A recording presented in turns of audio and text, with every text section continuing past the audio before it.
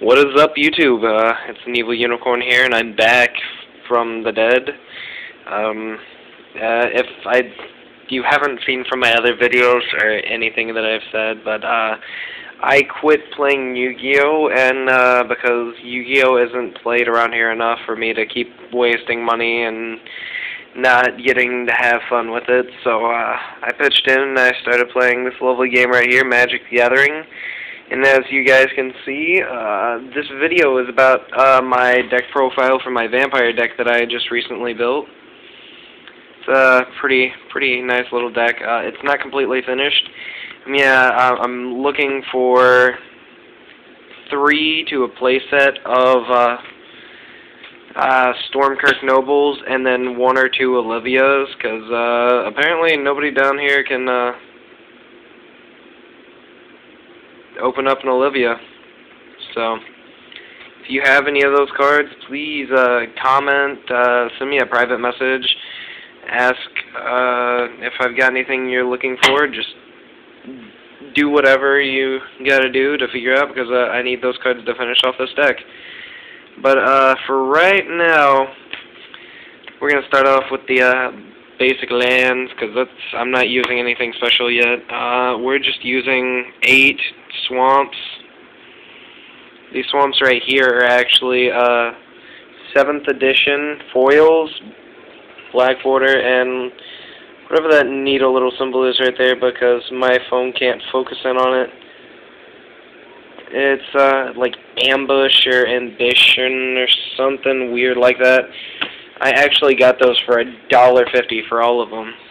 What? $1.50 for all of them? Yes, sir, I did. Some guy's an idiot. Didn't know what they were worth, so I got them for $1.50. And then we have 12 mountains. They're all commons. I'm trying to find foil mountains just so I can make it pretty. But yeah, that's 20 lands. So I guess the first cards we're going to talk about is Vampire Fury. That's a given why it's in there. It's an instant. Vampires get +2/+0, gain first strike until the end of the turn. Red, and when converted, the converted mana is 2. It's red and a colorless. Makes sense. It's a vampire deck. We're playing 3 Curse of the Stalked Prey.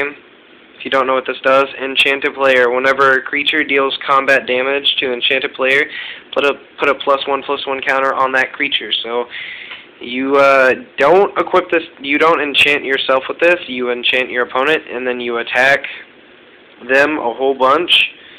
And this deck does not run big creatures. They're all little guys. That's why I want the Stormkirk Nobles, because it's the #1 badass 1-drop. Maybe not the most badass, but it's a pretty badass 1-drop. So there's those 3. So we got Vampiric Fury and Curse of the Stalked Prey. And then we play, well, I play a playset of Nightbird's Clutches. Sorcery up to 2 cards. 2 creatures can't block this turn, so they've got 2 creatures out on the field, and you're like, hey, I've got enough to kill you. You can't do that. Or say you play this one turn, and then you get them down real low, and all they have is like 1 creature that they could block and stop you from winning. Yeah, buddy, it has flashback. Instead of being a red and 1 to block 2, all you gotta do is a red and 3. That's not too bad. I'm talking a whole bunch because this is my first MTG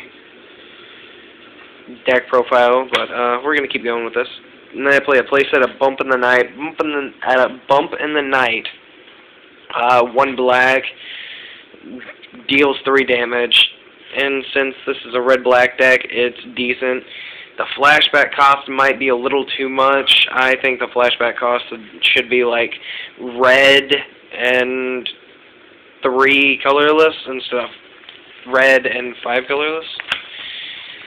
And then until I get the Stormkirk Nobles, we have these little guys right here. Well, actually, little girls.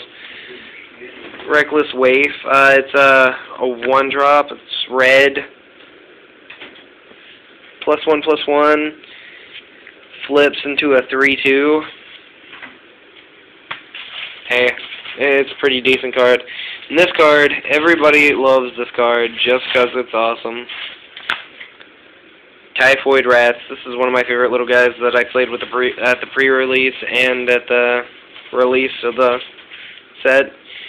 Typhoid Rats. It's a 1-drop. It's a 1/1. It's like a little insurance thing.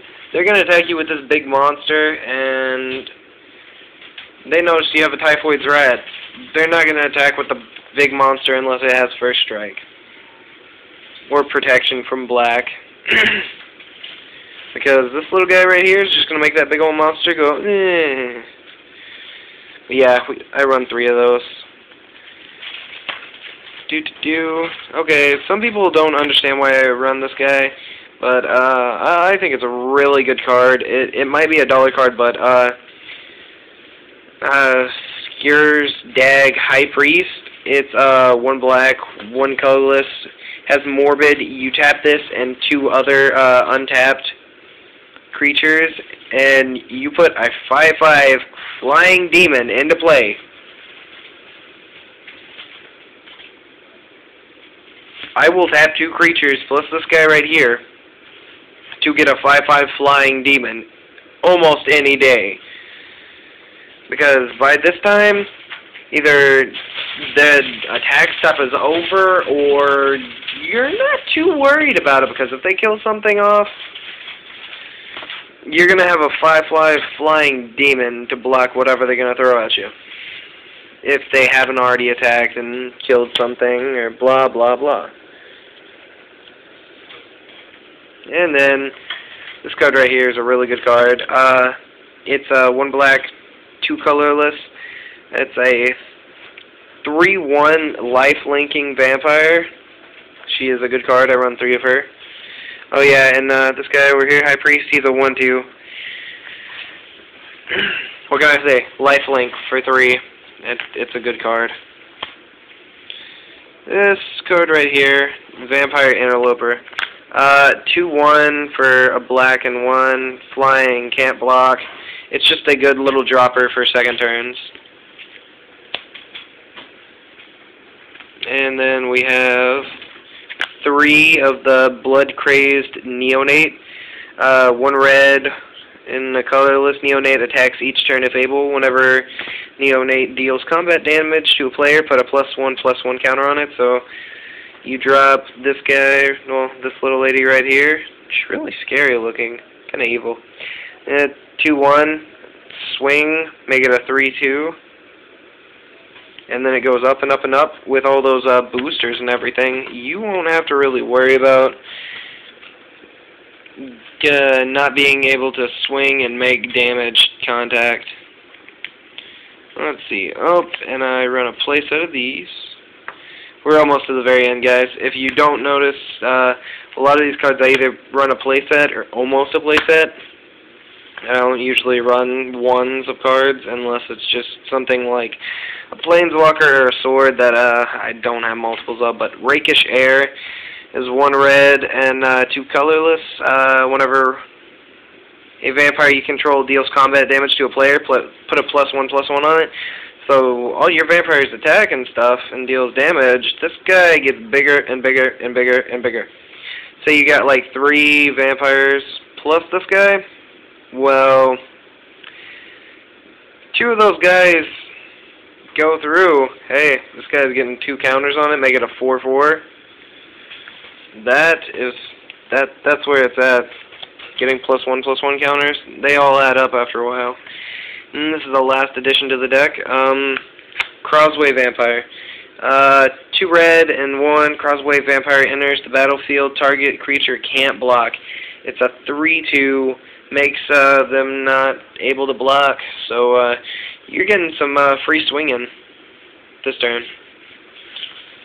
But like I said, I'm missing my Stormkirks. I need to grab some of those and an Olivia or 2 because Olivia is the queen of the vampires. So like I said, guys, this has been my deck profile, and I might be doing a few more. I've got an Infect deck I probably will do a little thingy for. And then I might be getting a box or two of Innistrad soon, so we'll see where that goes, and I'll see y'all guys next time. It's an Evil Unicorn shooting out of here.